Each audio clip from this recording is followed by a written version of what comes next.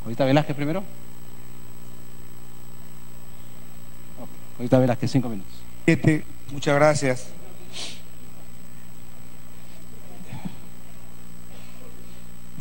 El Mahatma Gandhi decía: más vale ser vencido diciendo la verdad que perder por el triunfo, por la mentira. Y yo creo, presidente, que acá se han dado un sinnúmero de argumentos, todos orientados a debilitar la institucionalidad de un organismo como el Congreso de la República por cumplir su función. Y se han dado un conjunto de conceptos y se han invocado el debido proceso. Y yo solamente utilizaré estos minutos, presidente, para dar una modesta orientación. Lo que nos ha encargado la Constitución es un juicio moral, hacer un juicio moral. Y el bien jurídico que protege el juicio moral es el Estado. ¿Para qué? Para que haya moralidad en la administración pública. Entonces, cuando la Constitución preserva la moralidad en la administración pública, el correlato de esa referencia tiene que ver con que hay que separar al funcionario que no tiene una adecuada, o mejor dicho, una conducta virtuosa, que son un conjunto de valores, que no son etéreos, que no son gaseosos. Y a mí me llama mucho la atención que hoy día se quiera imponer procedimientos de carácter penal, civil, algo que está absolutamente claro. La vacancia por impedimento moral, no tiene ni naturaleza penal ni naturaleza civil, sino tiene naturaleza constitucional. El juicio moral no lo hemos creado los parlamentarios, nos hemos puesto de acuerdo un grupo y hemos creado el juicio moral. El juicio moral está en el inciso 2 del artículo 113 de la Constitución, que el presidente vaca por permanente impedimento moral o físico. Entonces, si esa norma de la Constitución no se aplica, no es una norma jurídica, pues podrá ser un valor, una aspiración, pero no es una norma jurídica. Entonces aquí de lo que se trata, presidente, primero que hay que ubicarnos, se trata de un juicio moral. Al presidente, que es objeto hoy día de este proceso, no se le va a imponer una pena de 20 años, porque repito, la naturaleza de este proceso es de carácter moral. Entonces, el año 2000 se vacó a un presidente justamente por incapacidad permanente y moral. Y el Tribunal Constitucional en una sentencia que el Parlamento la ha acatado y se ha sometido, dijo: oiga, ¿cómo ustedes van a vacar a un presidente con 59 o 62 votos? Si para ustedes censurar a un ministro necesitan la mayoría legal de congresistas. Y dijo, y en una sentencia exhortativa dijo: en la próxima, el presidente, para vacar al presidente se necesita una votación reforzada, como le llaman los constitucionalistas, 2/3 del número legal, o sea, 87 votos. Se ha hablado también de una vacancia express, y el año 2000 en 2 horas se vacó un presidente, sin procedimiento.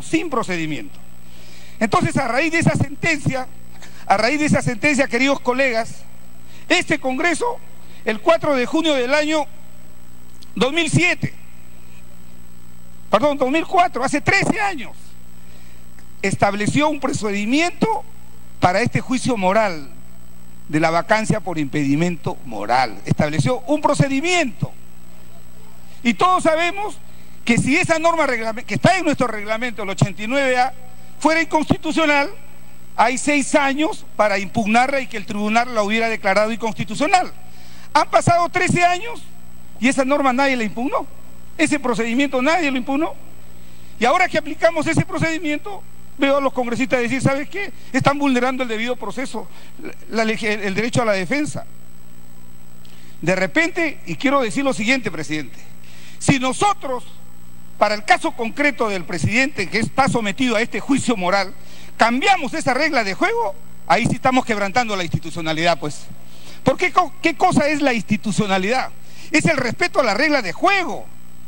El abogado que ha defendido al presidente ha hablado sobre el artículo 139 de la Constitución, que el presidente no puede ser desviado de su jurisdicción preestablecida. Esta es la jurisdicción para vacar por ese impedimento moral. ¿Cuál es su jurisdicción? El artículo 89 del reglamento. ¿Dónde lo vamos a enviar para que le hagan juicio moral? ¿Al Poder Judicial? ¿A la Comisión Parlamentaria? ¿Por infracción a la Constitución? ¿Por antejuicio político? No.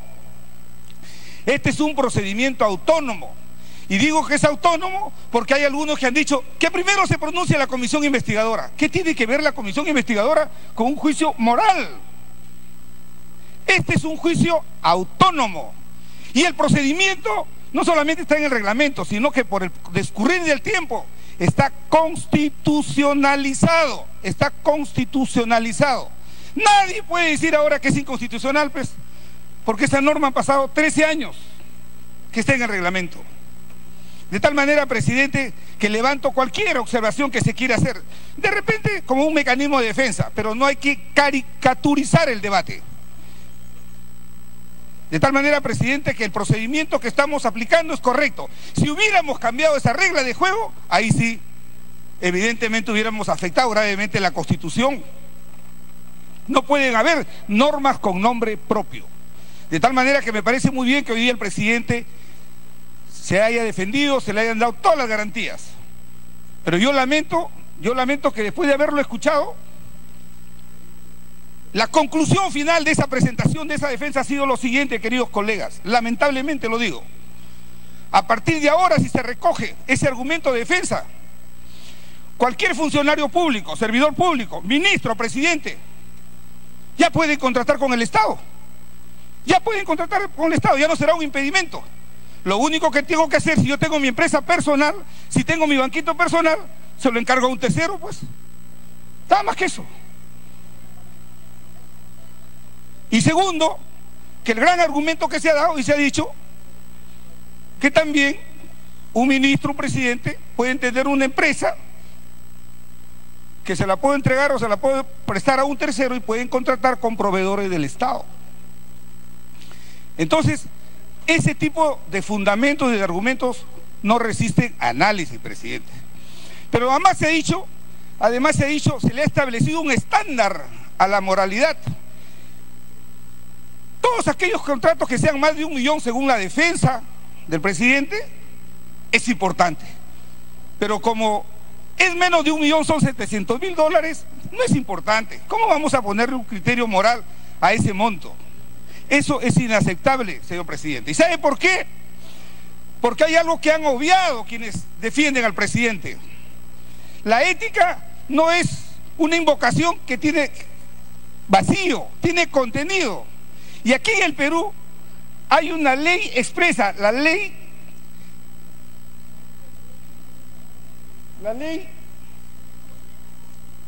que establece, la ley que sanciona a los trabajadores de la administración pública cuando cometen infracciones éticas. Y tenemos en el Perú el Código de Ética del Servicio Público. Y el Código de Ética del Servicio de los Servidores Públicos tiene deberes, tiene prohibiciones y tiene principios. Uno de los principios, el más importante, es el principio de la veracidad. Cuando un servidor público infringe este principio de la veracidad, es sancionado. Entonces, como esa norma no le alcanza al presidente de la República, y porque la investidura de la presidencia de la República tiene una alta dignidad en lo que significa la comprensión de la sociedad, del entorno, la Constitución ha reservado, para el caso del presidente, ha reservado una prescripción de carácter constitucional, esta referida a la incapacidad moral.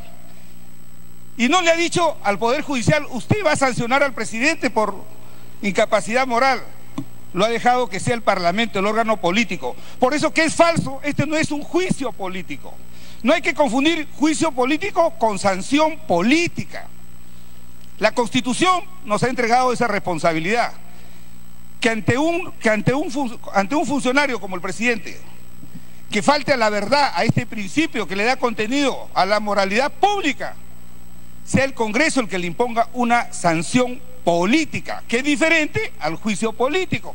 Porque si fuera juicio político, tuviera otro cauce, otro procedimiento. De tal manera, presidente, que estamos actuando de acuerdo en conciencia. Yo lamento que algunos funcionarios estén divorciados con la verdad. Pero de eso se trata, presidente. No es que hagamos de este debate procedimientos de carácter penal, de actuación de pruebas. Se ha dicho, no han traído los documentos, los están sacando a última hora. Aquí de lo que se trata, presidente, es determinar si el presidente de la República, que es el cargo de más alta dignidad que tenemos en el país, le dijo la verdad o no le dijo la verdad al país sobre un hecho tan grave como el que se viene investigando no solamente en el Congreso, sino en el Ministerio Público. Fíjense ustedes, y tanto es así de la verdad que comencé a... Continúe, por favor. Abogado al constitucionalista que ha defendido al presidente esta mañana.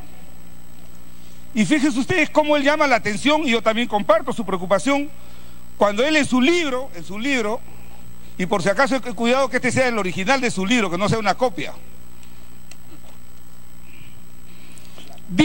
Miren lo que dice.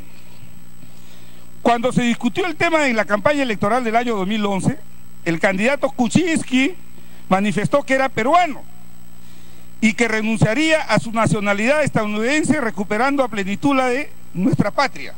Miren lo que agrega. No lo hizo. Más allá, sin embargo, de este embuste, lo dice el abogado del presidente. Dice, más allá, sin embargo, del embuste que ideó para calcular si le convenía dar ese paso, solo procedería a la renuncia de ser elegido, y estaba referido a un procedimiento que le habían hecho en el Jurado Nacional de Elecciones. Y yo quiero decir, presidente, que aquí no se trata de debido proceso del derecho a la defensa, que está garantizado. Aquí de lo que se trata es de que hay principios que informan todo proceso sancionatorio. Hay que ver la razonabilidad de la imputación que se le hace, y la sanción tiene que tener proporcionalidad. Por eso bien lo ha explicado Mauricio Mulder. No es lo mismo, o parece que para algunos es lo mismo, que sí es sancionable que un trabajador tenga una empresita que vende detergente, que limpia una oficina, pero no es sancionable un funcionario, un alto funcionario público que hace grandes contratos con el Estado.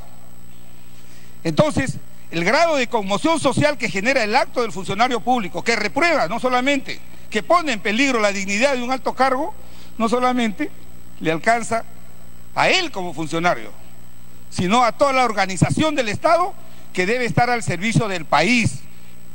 Entonces, aquí lo que se trata, presidente... Minuto final. Debe determinar claramente qué infracciones se han cometido. Fíjense, los principios del Código de Ética del Servidor Público dice: principio de la veracidad, el respeto a la Constitución y la ley. No se ha respetado el artículo 126 de la Constitución. ¿Qué deberes tenemos todos los funcionarios públicos? Ser transparentes, sentido de responsabilidad.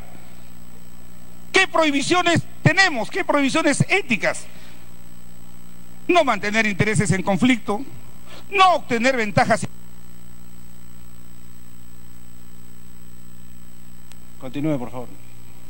Y muchas de estas infracciones éticas, lamentablemente, el presidente las ha infringido. De tal manera que eso abona a favor de la razonabilidad de este proceso.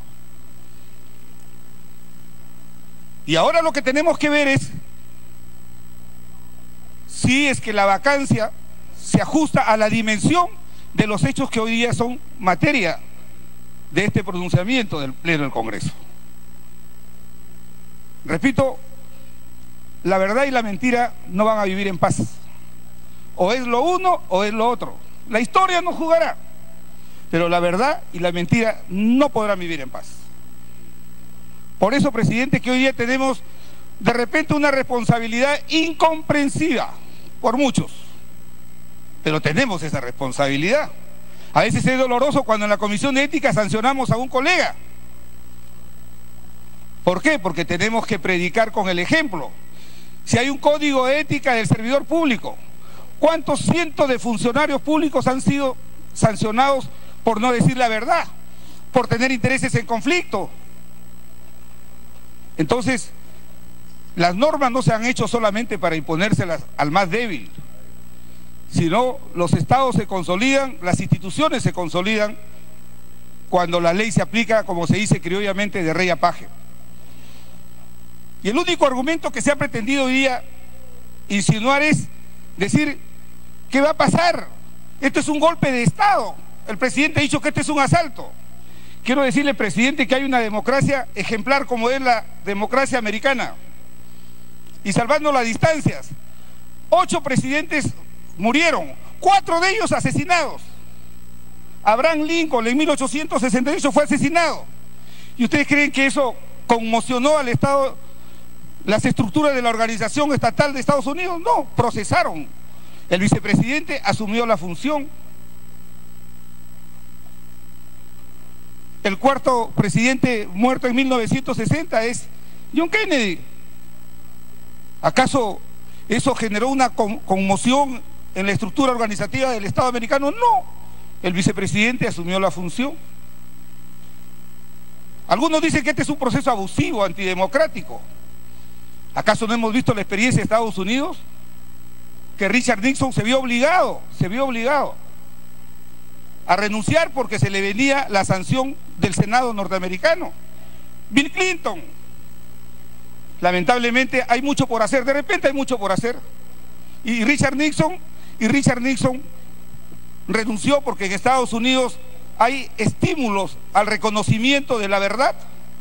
Richard Nixon renunció a la presidencia y luego de 30 días el Senado lo relevó de todas las responsabilidades que se le habían iniciado como producto del espionaje que se venía haciendo al Partido Demócrata.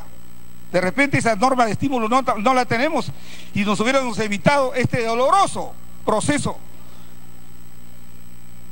sancionatorio y de repente el presidente hubiera renunciado.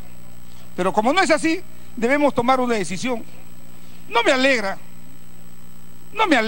no me siento feliz, pero yo sí creo, y siempre lo voy a decir, que este país ya está caminando de pie. Este país, sus instituciones son más importantes que las personas que lo detentan. Que decir lo contrario es no reconocer que este país ha hecho un gran esfuerzo por llegar a donde está.